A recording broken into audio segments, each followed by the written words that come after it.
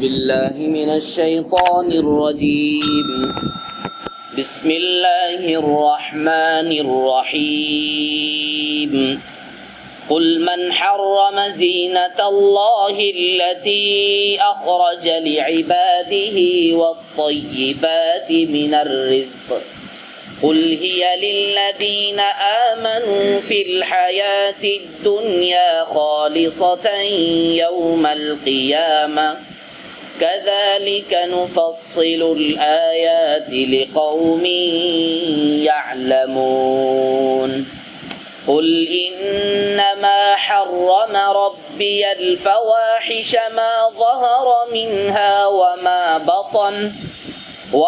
بطن والإثم والبغي بغير الحق وأن تشركوا بالله ما لم ينزل به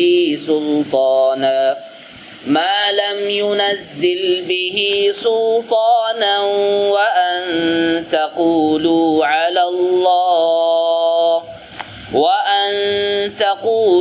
على الله ما لا تعلمون ولكل أمة أجل فإذا جاء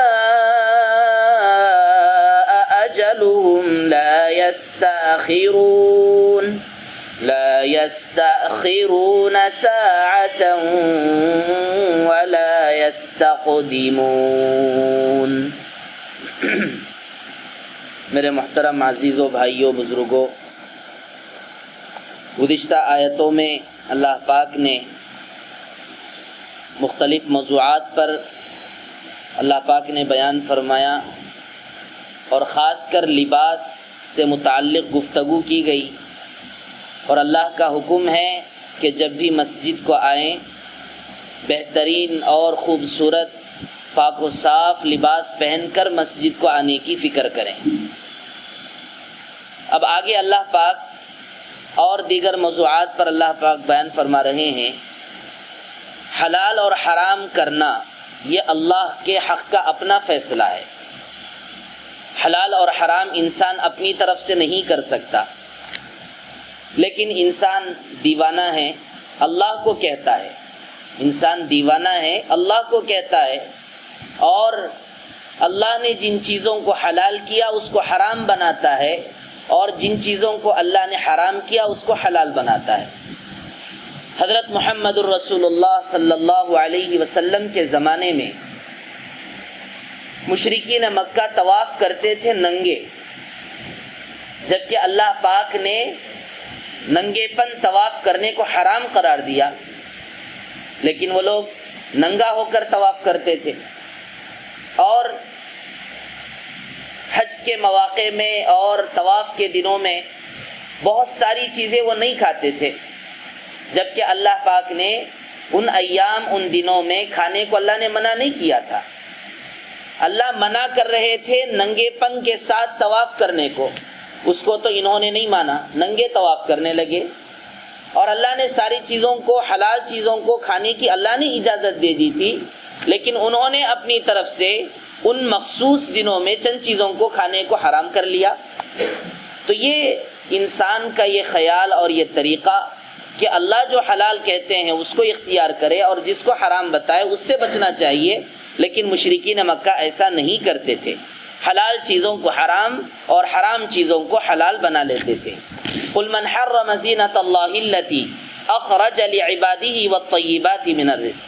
تو اللہ پاک نے آیت نازل فرمائی، اے نبی جی ان لوگوں سے کہیے کون جو اللہ کی زینت اور اللہ کی جانب سے حلال رزق کو حرام کر لیتا ہے، جبکہ اللہ پاک نے وہ تو اپنے بندوں کے لیے نکالا ہے۔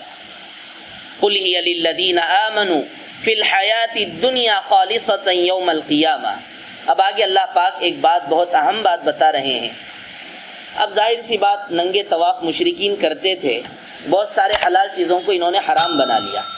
اللہ پاک ان سے کہتے ہیں، ارے دیکھو تم نے تو مجھ پر ایمان لے کر نہیں آیا، تم مجھے مانتے ہی نہیں ہیں، میری ذات پر تم یقین ہی نہیں کرتے۔ اچھا چلو مان لو کہ آپ یقین کرتے ہیں، لیکن میری ذات اور صفات میں شریک ٹھہراتے ہیں، 360 خداؤں کو تم مانتے ہیں، ہونا تو یہ چاہیے تھا کہ تم کو کچھ بھی نہ دیا جائے. اللہ کی جو نعمتیں کھانے کی، پینے کی اور پہننے کی، نافرمانوں کو نہ دی جائے. اللہ کی بات نہ ماننے والے، اللہ کے نافرمانوں کو بالکل نہ دی جائے. ہونا تو یہی چاہیے تھا، لیکن اللہ تعالیٰ دنیا کے اندر فرما برداروں کو اور نافرمانوں کو دونوں کو کھلا دیتے ہیں، دونوں کو پلا دیتے ہیں. اسی کو اللہ فرما رہے ہیں، نبی جی کہیے ان لوگوں سے، قُلْ هِيَ لِلَّذِينَ آمَنُوا فِي الْحَيَاةِ الدُّنْيَا. یہ جو طیبات من الرزق، جو حلال رزق کی جو چیزیں اللہ نے رکھی ہیں، اصل تو یہ ایمان والوں کے لیے ہے، فرما بردار بندوں کے لیے ہے. لذیذ لذیذ غذائیں، عمدہ عمدہ قسم کے کپڑے اور بہترین اشیاء جو انسان دنیا کے اندر اپنی زندگی میں اس کو استعمال کرتا ہے، اللہ پاک فرماتے ہیں ان تمام نعمتوں کا اصل حقدار تو فرما بردار مسلمان ہے. اصل حقدار مسلمان ہے. اصل نافرمانوں کے لیے یہ ساری چیزیں نہیں ہیں، لیکن اللہ پاک فرماتے ہیں مسلمانوں کے لیے تو یہ ساری چیزیں ہیں. خالصۃ یوم القیامہ، دنیا میں تو میں دے دوں گا، جاؤ تم میری نافرمانی کرتے رہو پھر بھی کھلاؤں گا، تم میری نافرمانی کرتے رہو تم کو پہناؤں گا. لیکن قیامت کے دن ایسا نہیں چلے گا. جنت کا لباس صرف فرما بردار مسلمانوں کے لیے ہوگا. آخرت میں تمہیں کوئی عمدہ قسم کی نعمتیں عطا نہیں کی جائیں گی. کذالک نفصل الآیات لقوم یعلمون. اللہ تعالیٰ یہ ساری نشانیاں ان لوگوں کے لیے تفصیل سے بیان کرتے ہیں جو علم رکھتے ہیں، سمجھ رکھتے ہیں. قل انما حرم ربی الفواحش ما ظهر منها وما بطن والاسم والبغي بغیر الحق وان تشركوا بالله ما لم ينزل به سلطانا. حلال چیزوں کو تم نے حرام کر لیا. اب حرام کیا تھا؟ ننگے طواف کرنا، گندگی دنیا کے اندر پھیلانے سے اللہ نے منع کیا. اور بہت بڑی گندگی اللہ کی نظر میں شرک ہے، بہت بڑا گناہ اللہ کی نظر میں شرک ہے، ظلم ہے. لیکن تم نے اس کو کیا کر لیا؟ اپنے اوپر حرام کر لیا. اور یہ کہتے ہو کہ ہمارے باپ دادائیں اسی طرح کرتے آتے تھے اور ہمارے باپ داداؤں کو خدا نے کہا تھا اس طرح کرنے کا. جب ننگے طواف کرتے تھے مشرکین، ان سے کہا جاتا تھا کہ بھائی آپ ننگے طواف کر رہے ہو، تو وہ جواب میں یہ کہتے تھے ہمارے باپ دادائیں اسی طرح طواف کرتے تھے اور ہمارے داداؤں کو اللہ نے کہا تھا. تو اللہ پاک اس کا جواب دے رہے ہیں. اللہ تعالیٰ گندگی کا اور برائی کا حکم اللہ کیسے دیں گے؟ میرے رب نے تو جو کچھ کھلی ہوئی چھپی ہوئی جتنی برائیاں ہیں، اللہ نے ان ساری چیزوں کو حرام قرار دیا. اور تم اللہ کے ساتھ شریک ٹھہراؤ جس پر اللہ نے کوئی دلیل اور کوئی حجت اللہ نے نازل نہیں فرمائی. تم اللہ کی ذات کے ساتھ شرک ٹھہراتے ہو. اللہ نے شرک کو بھی حرام قرار دیا. وَأَن تَقُولُوا عَلَى اللَّهِ مَا لَا تَعْلَمُونَ. اور تم اللہ پر وہ ساری باتیں کہو جس کو تم جانتے ہی نہیں. لہذا میرے عزیز و بھائیوں، اس سے جو ہمیں سبق لینا ہے، اللہ پاک جو حلال بتاتے ہیں اس کو کرنا ہے، اور جو حرام کہہ دیتے ہیں اس سے اپنے آپ کو بچانا ہے. حرام چیزوں کو حلال بنانے کی کوشش آج ہمارے خاص مسلمانوں میں بھی یہ بیماری بہت زیادہ ہے. حرام چیزوں کو حلال بنانے کی فکر میں لگے رہتے ہیں، اور علماء اکرام کے پاس آ کر حلال بنانے کی کوششیں اور مسائل کے ذریعے. میرے عزیزوں، جو چیز اللہ پاک نے حرام بتلایا ہے وہ حرام ہے، اور اس سے اپنے آپ کو بچانا ہے. غلطی ہماری ہے، چاہے وہ کوئی اور بھی ہو یا میں ہوں یا کوئی بھی ہو. حرام چیز ہے تو حرام سے بچنا ہے. اگر کوئی آپ سے یہ کہہ دے کہ بھئی حلال ہے حرام نہیں ہے، تو اس کا گناہ اس کو بھگتے گا، اس کو سزا دی جائے گی.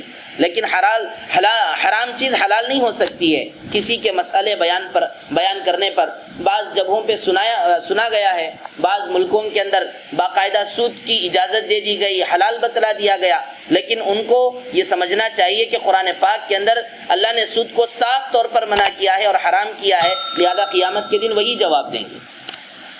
کسی انسان کے حلال اور حرام بنانے سے وہ چیز حلال اور حرام نہیں ہوتی. اسی لیے علماء اکرام فرماتے ہیں، علماء کسی چیز کو حلال نہیں کرتے ہیں اور کسی چیز کو حرام نہیں کرتے ہیں، اللہ کا حکم لوگوں کو بتاتے ہیں. دیکھو بھئی قرآن میں یہ ہے اور ہم نے آپ کو بتا دیا، اور آپ کرنا ہے تو کرو، نہ کرے تو آپ کی مرضی ہے. تو حلال اور حرام کا حق یہ نہ کسی عالم نہ کسی مسلمان کو یہ حق ہے، انسان کو یہ حق ہے کہ حلال کو حرام کرے اور حرام کو حلال کرے. اللہ نے قرآن کے اندر صاف کہہ دیا، اسی کے موافق انسان کو عمل کرنا ہوگا. وَلِكُلِّ أُمَّةٍ أَجَلٌ فَإِذَا جَاءَ أَجَلُهُمْ لَا يَسْتَأْخِرُونَ سَاعَةً وَلَا يَسْتَقْدِمُونَ۔ اب ہر آدمی کی باری آنے والی ہے، موت کا وقت آنے والا ہے، اور موت آ جانے کے بعد ذرہ برابر نہ پیچھے ہو سکتا ہے نہ آگے بڑھ سکتا ہے، برابر وقت پر ہر انسان کو مرنا ہے۔ لہذا یہ نہیں کہا جائے گا کہ بھئی اگر یہ آدمی فلاں جگہ پہ ٹریٹمنٹ کرا لیتا تو یہ نہ مرتا، فلاں جگہ پہ یہ علاج کروا لیتا تو یہ نہ مرتا، ایسا نہیں ہے۔ مقدر کی موت اللہ نے جہاں پر جس جگہ پر رکھی ہے وہ موت آنے ہی والی ہے، آدمی چاہے کتنے بھی دوائیاں اور کتنا بھی علاج آدمی اپنے لیے انتظامات کروا لے۔ تو اس لیے آدمی مرنے کے بعد، مرنے سے پہلے آپ کوشش کیجئے، مرنے سے پہلے آپ کوشش کیجئے، جتنی آپ کوشش کر سکتے ہیں اللہ سے دعائیں کریں، لیکن مر جانے کے بعد یہ لفظ نہ ہو کہ بھئی ایسا کرتا تو ایسا ہوتا۔ حضرت محمد رسول اللہ صلی اللہ علیہ وسلم نے حدیث مبارکہ کے اندر فرمایا کہ تم کام کرنے کے بعد، ہو جانے کے بعد یہ مت کہو کہ ایسا کرتا تو ایسا ہوتا، ویسا کرتا تو ویسا ہوتا، بلکہ جو کچھ ہوا ہے وہ اللہ کے تقدیر کے فیصلے کے موافق ہوا ہے۔ لہذا کچھ کام ہو جائے، کسی کا انتقال ہو جائے، جوانی میں بچے کا انتقال ہو گیا یا بچپنے میں بچے کا انتقال ہو گیا یا کسی کا بھی انتقال ہو جائے، تو مقدر کی موت وہی ہوا کرتی ہے، نہ کسی کے کرنے سے نہ کسی کے بولنے سے کچھ ہوتا ہے۔ یا بنی آدم اما یاتینکم رسل منکم یقصون علیکم آیاتی فمن اتقی واصلح فلا خوف علیہم ولا هم یحزنون۔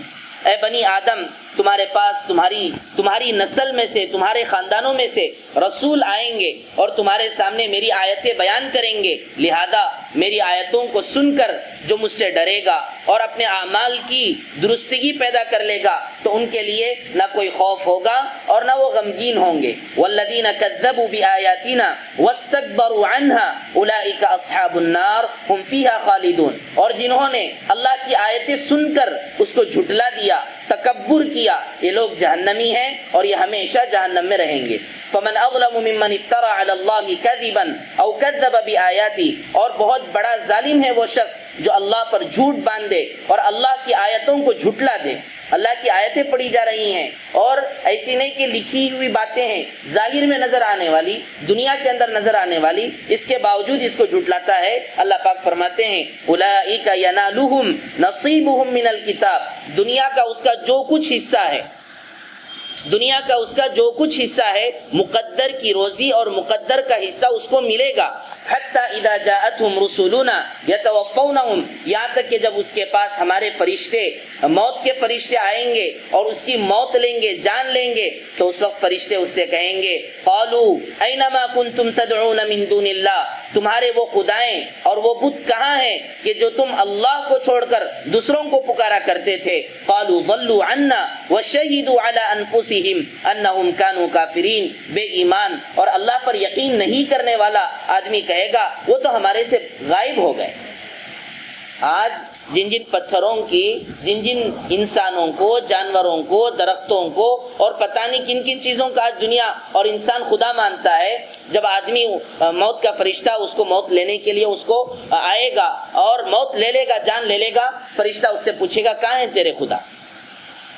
اب اس وقت وہ کہے گا میرے خدا تو میرے پاس سے وہ نظر نہیں آ رہے، وہ تو چلے گئے۔ اب اس کے بعد ایک بے ایمان، اللہ پر یقین نہیں کرنے والا بندہ کہے گا میں تو خسارے میں سے ہوں، میں تو کفر کر دیا، اللہ کا انکار کر دیا۔ اب دیکھو آگے کیا ہوتا ہے، قال ادخلوا فی امم قد خلت من قبلکم من الجن والانس فی النار۔ اللہ پاک قیامت کے دن ایسے لوگوں سے کہیں گے کہ تم جنات اور انسانوں میں اس سے پہلے بھی بہت سارے کفر کیے، شرک کیے، تم ان کے ساتھ مل کر جہنم میں داخل ہو جاؤ، سب کے سب جہنم میں داخل ہو جاؤ۔ کلما دخلت امۃ لعنت اختها۔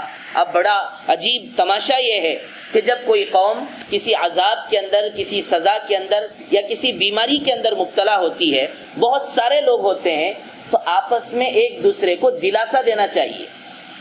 مثال میں آپ کو بتاؤں، کرونا کا زمانہ آیا، ہر آدمی ڈرا رہا ہے، جہاں دیکھو ڈرا رہا ہے۔ اگر کوئی ہمت دینے والا ہوتا اور کچھ دل کو تسلی دینے والا ہوتا تو آدمی کو تھوڑی ہمت آ جاتی اور اس ماحول کے اندر آدمی کو تھوڑا دل کو کچھ راحت اور اطمینان اور سکون مل جاتا۔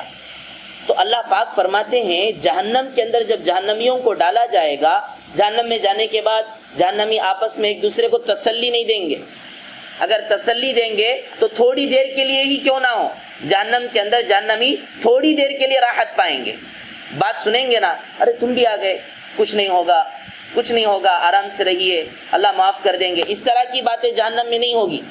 اللہ پاک فرماتے ہیں جب سب کے سب جہنم میں چلے جائیں گے تو ہر امت اپنے دوسری امت کو لعنت بھیجے گی اور برا بھلا کہے گی. حتی اذا ادارکوا فیہا جمیعا قالت اخراہم لأولاہم، یہاں تک کہ جب سب کے سب داخل ہو جائیں گے تو بعد کے لوگ پہلے والوں سے کہیں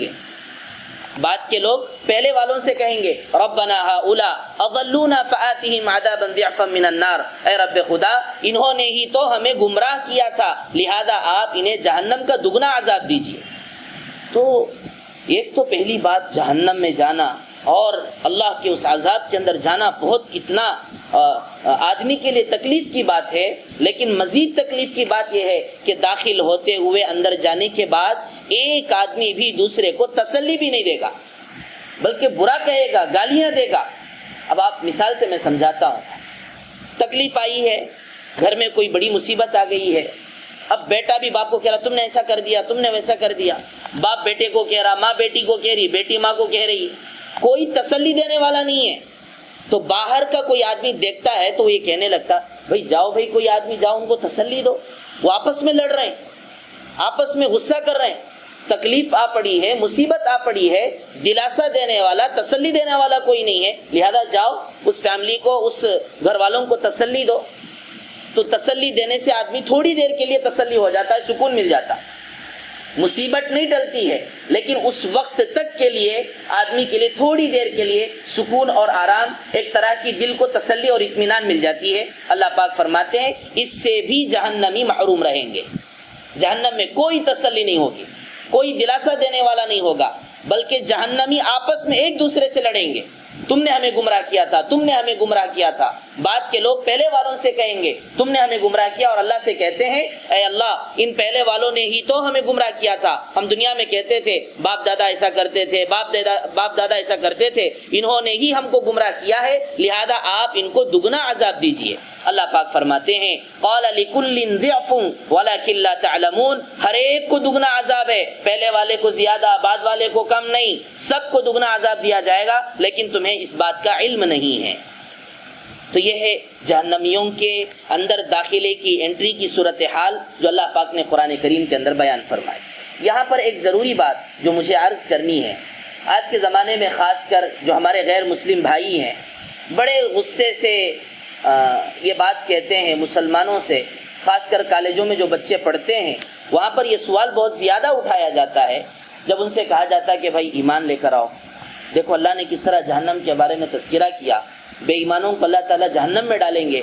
تو اس طرح جب جہنم کا تذکرہ ان کے سامنے کرتے ہیں اور ان سے کہتے ہیں کہ تمہیں جنت نصیب نہیں ہوگی، تمہیں جہنم میں ڈال دیا جائے گا، جب اس طرح کی بات ہم ان کو بتاتے ہیں تو وہ یہ کہتے ہیں تمہارا خدا ایسا اتنا غصے والا کیوں ہے، اتنا غصے والا ہے تمہارا خدا، سب کو جہنم میں ڈال دے گا، ہم کیوں جائیں گے جہنم میں، ہم نے کون سی غلطی کی ہے، ہم نے کون سی غلطی کی ہے کہ جس کی بنیاد پر اللہ ہمیں جہنم میں ڈال دے، تمہارا خدا تو بہت غصے والا ہے.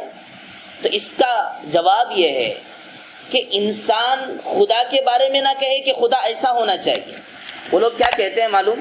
وہ یہ کہتے ہیں خدا تو وہ ہونا چاہیے جو سب کو معاف کر دے، خدا تو وہ ہونا چاہیے جو سب کو جنت میں داخل کر دے، خدا تو وہ ہونا چاہیے دل کے اندر ذرہ برابر بھی اس کے اندر غصہ نہ ہو. غصہ ہونا اور حسد ہونا یا اس طرح لوگوں کو تکلیف دینا، یہ تو انسان کی صفات اور کوالٹیز ہیں، یہ انسان کی عادتیں ہیں، خدا کی عادتیں نہیں ہیں. اس طرح کہہ کر ہمارے غیر مسلم بھائی یہ بتانا چاہتے ہیں کہ نہیں نہیں یہ ساری باتیں غلط ہیں، خدا اس طرح جہنم میں نہیں ڈالے گا. تو اس کا جواب یہ ہے کالج کے اندر، اسکول کے اندر ایگزام چل رہے ہیں اور سب کو باقاعدہ پرچہ دے دیا گیا، پیپر دے دیا گیا اور سب نے لکھ دیا. اب آپ دل پر ہاتھ رکھ کے بتائیے کہ سب کو پاس کر دیا جائے اور سب کو سیٹوں پر فائز کر دیا جائے اور سب کو بڑی بڑی نوکریاں دے دیا جائے تو کیا ایگزام صحیح ہوگا؟ کوشچنز کا آنسر صحیح ہوں گے؟ ایگزام رکھنے والے گورنمنٹ یا اس بات کو قبول کرے گی؟ بلکہ لکھنے والے بچے کیا یہ چاہتے ہیں کہ وہ سب کے سب پاس ہو جائیں اور سب کو نوکریاں دی جائے؟ ایسا تو بالکل غلط بات ہے. امتحان کہتے ہی اسے ہیں کہ جس کے اندر بدلہ بھی ہوگا، سزا بھی ہوگی۔ بعض کو نوکریاں ملیں گی، بعض کو نوکریاں نہیں ملیں گی، بعض کو سزا ملے گی، بعض کو بدلہ ملے گا۔ اور اللہ پاک اسی طرح دنیا کی زندگی کے بارے میں فرماتے ہیں یہ دنیا امتحان کی جگہ ہے۔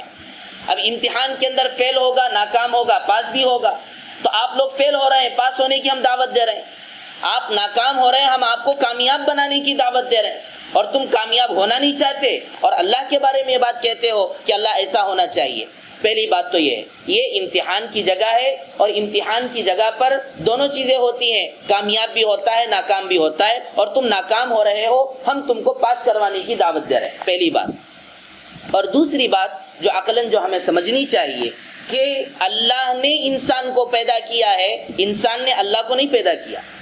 اور تم اللہ کے بارے میں یہ کہہ رہے ہو کہ اللہ تمہیں یہ ہونا چاہیے، تمہارے اندر غصہ نہیں ہونا، تمہارے اندر حسد نہیں ہونا، تمہارے اندر فلاں نہیں ہونا، تم خدا کو کہہ رہے ہو۔ دیوڑو گرینچی منیشی چپتاڑا، اللہ کے بارے میں انسان کہتا ہے۔ اللہ نے انسان کو پیدا کیا، اور انسان اللہ کے بارے میں کہتا، خدا کے بارے میں کہتا کہ تم ایسے ہونا چاہیے۔ اچھا ٹھیک ہے، خدا کے اندر غصہ ہے، یہ ساری چیزیں ہیں، تم کیسے بولتے، تم کہاں سے بول رہے؟ تو ہم تو قرآن سے کہتے ہیں، اور ہم یہ بات باقاعدہ یقینی طور پر لوگوں کو بتاتے ہیں۔ اللہ کے بارے میں ہمیں پورا علم نہیں ہے، اللہ کے بارے میں پورا علم نہیں ہے، اللہ کے بارے میں صرف اتنا علم ہے جتنا اللہ نے قرآن کے اندر بتلایا۔ اب اللہ کیسے ہوں گے، کیا ہوں گے، ان کی ذات، ان کی صفات، ان کی ساری باتیں ہمیں کچھ بھی معلوم نہیں۔ اب اللہ کیا ہے، اللہ نے قرآن کے اندر بتا دیا، اور یہ قرآن اللہ کی کتاب ہے۔ اگر آپ اس چیلنج کو قبول کرتے ہیں کہ نہیں اللہ کی کتاب نہیں، تو آپ بتائیے، ثابت کر دیجیے کہ قرآن اللہ کی کتاب نہیں۔ آج تک ثابت نہیں کر سکے۔ ایک اجنبی، ایک معمولی سا انسان اتنی بڑی کتاب بغیر کسی کے پاس پڑھے، بغیر کسی کے پاس لکھے، کچھ سمجھے بوجھے ایسے ہی فرفر بولنے والا نبی ہو سکتا نہیں؟ نبی ہوگا، اور نبی نے ایسی ساری باتیں بتلائی ہیں۔ ظاہر سی بات وہ کوئی طاقت ہوگی جو طاقت اس کو یہ ساری باتیں دے رہی ہے، اور اس طاقت والے کی کتاب کے اندر یہ لکھا ہوا ہے کہ میں خدا ہوں، میرے یہ سارے صفات ہیں۔ ہمارے پاس دلیل ہے، خدا کے اندر یہ کوالٹیز ہیں، ہم جو بتا رہے ہیں ہم کوئی پروف کے بغیر نہیں بتا رہے، ہم قرآن کی روشنی میں بتا رہے ہیں۔ اور آپ لوگ یہ کہتے ہیں کہ خدا ایسا ہونا چاہیے، ویسا ہونا چاہیے، یہ تو تم نے اپنی طرف سے بنایا، تمہارے پاس کون سی کتاب ہے؟ لہذا انسان اللہ کے بارے میں یہ نہ کہے کہ اللہ ایسا ہونا چاہیے، ویسا ہونا چاہیے۔ بہت زیادہ یہ سوالات آج زیادہ ہو گئے کالجوں کے اندر۔ اس لیے میرے عزیزو، رحم کے ساتھ، پیار کے ساتھ، حضرت محمد رسول اللہ صلی اللہ علیہ وسلم کے دل کے اندر جو تڑپ ہوا کرتی تھی، غیر مسلم بھائیوں کے بارے میں فکر کرتے تھے، روتے تھے کہ تم ناکام ہو رہے ہو، فیل ہو رہے ہو، اور اللہ کے امتحان میں بالکل تم ناکام ہوتے جا رہے ہو، اللہ پر یقین کرو، ایمان لے کر آؤ، جنت میں چلے جاؤ گے۔ تو اس درد کے ساتھ ہم لوگوں کو ایمان اور اعمال کی دعوت دینا ہے، اور انسان کو بالکل یہ حق نہیں ہے کہ وہ اللہ کے بارے میں یہ کہے کہ اللہ ایسا ایسا ہونا چاہیے۔ وقالت اولاهم لاخراهم فما كان لكم علينا من فضل فذوقوا العذاب بما كنتم تكسبون۔ اب بعد والوں نے پہلے والوں سے کہا کہ اللہ ان کو عذاب دو، تو پہلے والے کیا کہتے ہیں بعد والوں سے؟ اے اللہ ان کا ہم پر کوئی فضیلت نہیں ہے، ہمیں زیادہ عذاب دو، ان کو کم دو۔ یہ بھی شرک کرتے تھے، ہم بھی شرک کرتے تھے، لہذا سب کو عذاب دو۔ فذوقوا العذاب بما كنتم تكسبون، لہذا تمہارے کرتوتوں پر اللہ تعالیٰ کہیں گے کہ تم عذاب کا مزہ چکھو۔ اللہ آخر میں فرما رہے ہیں ان الذين كذبوا بآياتنا واستكبروا عنها لا تفتح لهم ابواب السماء، جنہوں نے اللہ کی آیتوں کو جھٹلایا اور ان کے مقابلے میں تکبر کیا، اللہ تعالیٰ جنت کی دروازوں کو ان کے لیے نہیں کھولیں گے، اور وہ جنت میں ہرگز داخل نہیں ہوں گے۔ کیسے فرما رہے ہیں اللہ؟ کہ جس طرح ایک اونٹ سوئی کے ناکے کے اندر داخل نہیں ہو سکتی، سوئی ہے، سوئی کا سوراخ ہے، سوئی کے سوراخ کے اندر اونٹ جا سکتا نہیں جا سکتا۔ آپ قیامت تک کوشش کرتے رہیں گے، لیکن سوئی کے ناکے کے اندر دھاگا جا سکتا ہے، اونٹ نہیں جا سکتا۔ تو اللہ پاک فرماتے ہیں جس طرح سوئی کے ناکے کے اندر اونٹ نہیں جا سکتا ہے، اسی طرح ایک بے ایمان، اللہ کی بات پر یقین نہیں کرنے والا بے ایمان انسان، وہ کبھی بھی جنت میں داخل نہیں ہو سکتا۔ وَكَذَلِكَ نَجْزِي الْمُجْرِمِينَ، ہم اسی طرح مجرموں کو سزا اور بدلہ دیتے ہیں۔ تو بہرحال آج کی تفسیر کا خلاصہ کلام دو باتیں ہیں۔ ایک بات تو یہ ہے کہ حلال اور حرام نہ علماء بناتے ہیں، نہ انسان بناتا ہے، نہ کسی کو حق ہے۔ اللہ پاک نے قرآن کے اندر ساری باتیں، حلال کیا ہے، حرام کیا ہے، بہت ساری آیتیں تفصیل کے ساتھ گزشتہ آیتوں میں گزری ہیں۔ کھانے کی چیزوں میں کون سی چیز حلال، جانوروں میں کون سا جانور حلال ہے، اور فلاں فلاں بہت ساری باتیں، اور اس کے علاوہ معاملات، فائنانشیلی بزنس کے اندر کیا چیزیں حلال ہیں، ان ساری چیزوں کے بارے میں اللہ پاک نے بیان فرمایا۔ اس لیے میرے عزیزو، آپ نہیں کر رہے ہیں، اللہ سے معافی مانگیے اور بچنے کی کوشش کیجئے، اللہ سے توبہ کیجئے۔ اور دوسری بات، انسان کو یہ بالکل حق نہیں ہے کہ وہ اللہ کو یہ کہے کہ اللہ ایسا ایسا ہونا چاہیے۔ اللہ نے ہم سب کو بنایا ہے، اللہ کے بارے میں ہمیں کچھ بھی علم نہیں ہے، بہت تھوڑا سا علم جو اللہ پاک نے قرآن کے اندر حضرت محمد الرسول اللہ اور صحابہ اکرام کی تفاسیر اور ان کی باتوں کے ذریعے جو بات ہمیں اللہ کے بارے میں معلوم ہوئی، صرف اتنا ہی ہمیں معلوم ہے، بقیہ اللہ تو بہت بڑے ہیں، ان کے بارے میں قیامت کے دن ہی شاید پتہ ہو۔ تو اس لیے ہمیں اللہ کے خلاف کوئی بات نہیں کہنی چاہیے۔ اللہ تعالی ہم تمام کو اللہ پر کامل یقین کرنے کی اور اللہ کے حکموں پر عمل کرنے کی توفیق عطا فرمائے۔ ایک چھوٹا سا سوال یہ آیا ہے، ایک ساتھی نے سوال کیا داڑھی کے مقدار سے متعلق کہ داڑھی ایک مشت سے زیادہ کاٹنے کی اجازت ہے یا نہیں ہے۔ تو اس پر جواب یہ ہے کہ داڑھی ایک مٹھی تک رکھنا ضروری ہے۔ ایک مٹھی سے زیادہ آپ اگر کاٹنا چاہتے ہیں تو کاٹ سکتے ہیں۔ اب ایک مٹھی کا طریقہ کیا ہے؟ تو علماء اکرام فرماتے ہیں ٹوڑھی کے نیچے سے اس طرح ایک مٹھی ہاتھ رکھیں گے، اس کے نیچے جو بال نظر آئیں گے اس کو کاٹا جا سکتا ہے۔ اب ادھر کے جو بال نظر آتے ہیں، ادھر سے جو کلا ہے ادھر سے ماپا جائے گا، ادھر سے جو ایک مٹھی باندھیں گے، ایک مٹھی باندھنے کے بعد جو بال زیادہ ادھر نظر آئیں گے اس کو کاٹنے کی اجازت ہے۔ تو ٹوڑھی کے نیچے کے جو بال ہیں، ٹوڑھی کے نیچے سے حساب لگائیں گے، اور کلے کے اوپر جو بال ہیں، کلے کے دائیں طرف اور بائیں طرف ادھر سے حساب لگا کر مٹھی سے اگر زیادہ ہو تو اس کو کاٹ سکتے ہیں۔ اللہ کے نبی رسول اللہ صلی اللہ علیہ وسلم باقاعدہ ایک مشت سے زیادہ بال تھے تو اللہ کے نبی نے کاٹا۔ اور حضرت عمر رضی اللہ عنہ جب بھی حج اور عمرے کو جایا کرتے تھے تو ایک مشت سے زیادہ اگر بال ہوا کرتے تھے تو حضرت عمر رضی اللہ عنہ باقاعدہ ایک مٹھی سے زیادہ بالوں کو کاٹتے تھے۔ آج کے زمانے میں بڑا عجیب مزاج، لوگ ایک تو نہیں رکھنے والے نہیں رکھتے، جو رکھتے ہیں اتنا زیادہ رکھ دیتے ہیں، دیکھنے میں بہت خراب سا نظر آتا ہے۔ ایسا نہیں ہونا چاہیے۔ ایک مٹھی ہو، ایک مٹھی سے زیادہ جو بال زیادہ آ گئے، ادھر لٹک رہے ہیں ادھر لٹک رہے ہیں، تو اس کو آپ آرام سے کاٹ سکتے ہیں، بلکہ اللہ کے نبی اور حضرت عمر رضی اللہ عنہ نے کاٹا ہے۔ اللہ تعالی ہم تمام کو عمل کی توفیق عطا فرمائے۔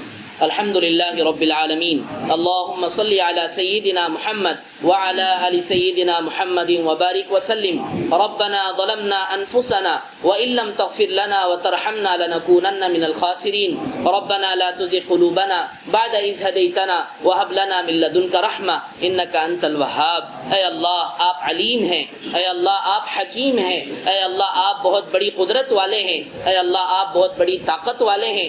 آپ کی تعریف کا حق یا اللہ ہماری زبانیں ادا نہیں کر سکتی ہیں، آپ کا علم ہمیں نہیں ہے کہ اللہ آپ نے جو کچھ ہمیں سکھلایا وہی یا اللہ سنتے ہیں، آپ نے جو ہمیں سمجھایا وہی سمجھتے ہیں، آپ نے ہمیں جو بتلایا وہی پڑھتے اور بولتے ہیں۔ اے اللہ آپ پر کامل یقین کی توفیق عطا فرمائیے، آپ کے حکموں پر عمل کی توفیق عطا فرمائیے، حلال چیزوں کو اختیار کرتے ہوئے حرام سے بچنے کی توفیق عطا فرمائیے۔ اے اللہ خصوصاً جتنے غیر مسلم بھائی ہیں، اے اللہ بات کو صحیح طور پر سمجھ کر آپ پر ایمان لانے کی توفیق عطا فرمائیے، مسلمانوں کو غیر مسلم بھائیوں سے پیار و محبت اور اخلاق سے پیش آنے کی توفیق عطا فرمائیے۔ حضرت محمد رسول اللہ صلی اللہ علیہ وسلم غیر مسلم بھائیوں کے بارے میں روتے تھے، اے اللہ نفرت کے بجائے پیار و محبت کے ساتھ معاملے کے ساتھ پیش آنے کی توفیق عطا فرمائیے۔ اللہ خصوصاً جو حضرات دعاؤں کے لیے کہے ہیں یا لکھے ہیں یا متوقع ہیں، اے اللہ جن کے اندر جو بھی جائز ارادے اور تمنائیں ہیں، اے اللہ ان سب کے جائز ارادوں اور مرادوں کو پورا فرمائیے۔ یا اللہ مرتے دم تک دین پر چلتے ہوئے ہم سب کا خاتمہ ایمان پر نصیب فرمائیے۔ ہماری اس دعا کو حضور پاک صلی اللہ علیہ وسلم کے صدقہ فعل میں قبول فرمائیے۔ سبحان ربک رب العزت عما یصفون وسلام علی المرسلین والحمد للہ رب